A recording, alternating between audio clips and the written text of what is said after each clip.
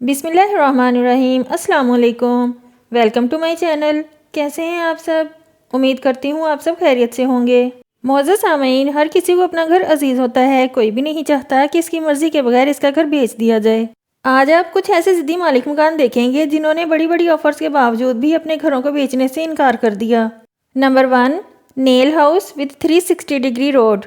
معزز سامعین، چائنا میں آبادی زیادہ ہونے کی وجہ سے وہاں کی گورنمنٹ روڈ ڈیولپمنٹ کے کام پر کافی توجہ دے رہی تھی۔ آپ اس اپارٹمنٹ کو دیکھ سکتے ہیں جس کے ارد گرد بہت ہی خوبصورت روڈ موجود ہے۔ یہ ہائی وے اس اپارٹمنٹ کی جگہ پر بننی تھی، مگر یہاں رہنے والی 3 فیملیز نے اپنے فلیٹ بیچنے سے انکار کر دیا۔ بلڈرز کی لاکھ کوششوں کے بعد بھی اس بلڈنگ کو خالی نہ کروایا جا سکا، جس کی وجہ سے اب یہ ہائی وے سیدھی نہیں بنائی جا سکتی تھی۔ اس لیے بلڈرز کو اس بلڈنگ کے ارد گرد فلائی اوور بنانا پڑا۔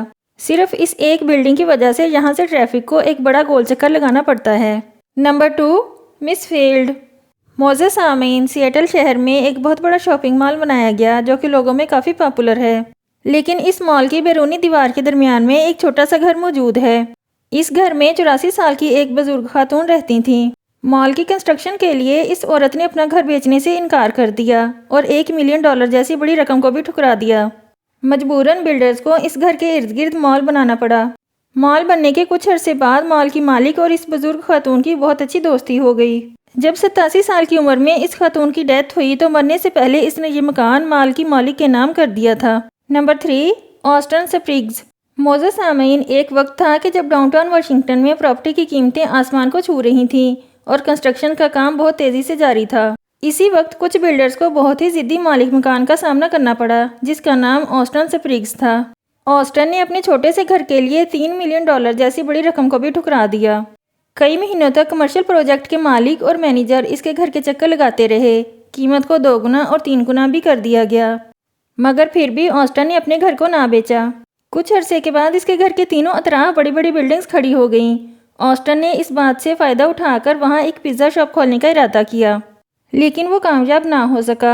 اس بات سے پریشان ہو کر آخرکار آسٹن نے بھی گھر کو بیچنے کا فیصلہ کیا، لیکن جہاں اسے چھوٹے سے گھر کے لیے $3 ملین دیے جا رہے تھے، وہیں کچھ عرصے کے بعد اس کا گھر $75,000 میں بیچا گیا۔ Number 4، Yang. معزز سامعین، پہلی نظر میں دیکھنے پر ہمیں ایسا لگتا ہے کہ شاید اس گھر کے آس پاس کوئی حادثہ پیش آیا ہو، مگر ایسا بالکل نہیں۔ یہ 3 منزلہ گھر چائنا کے ایشیائی ایریا میں موجود ہے، جس کا مالک بھی ایک ضدی شخص تھا۔ کچھ سال پہلے یہاں پوری کالونی کو خرید لیا گیا اور کنسٹرکشن کا کام شروع ہو گیا۔ سب لوگ اپنا گھر بیچ کر یہاں سے چلے گئے، مگر یینگ اپنا گھر کسی بھی قیمت پر بیچنے کو تیار نہ ہوا۔ اس کو 2 سال تک حکومت نے سمجھایا اور بڑی بڑی آفرز بھی کی، مگر اس نے سب آفرز کو ٹھکرا دیا۔ اسے سبق سکھانے کے لیے بلڈرز نے اس کے گھر کے چاروں طرف کھڈا کھود دیا اور اس کے گھر کا پانی اور بجلی کا کنیکشن بھی کاٹ دیا گیا۔ مگر اتنا سب کچھ ہونے کے باوجود بھی مالک مکان نے یہ گھر نہ بیچا۔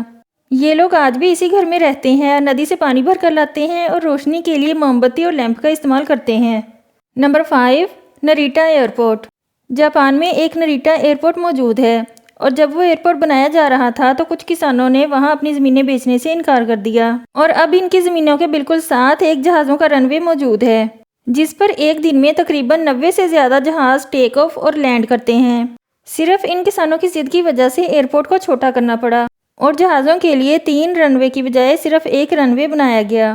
اب جہاز ان سے صرف 60 میٹر کی دوری پر ہوتے ہیں۔ آج کی ویڈیو میں اتنا ہی۔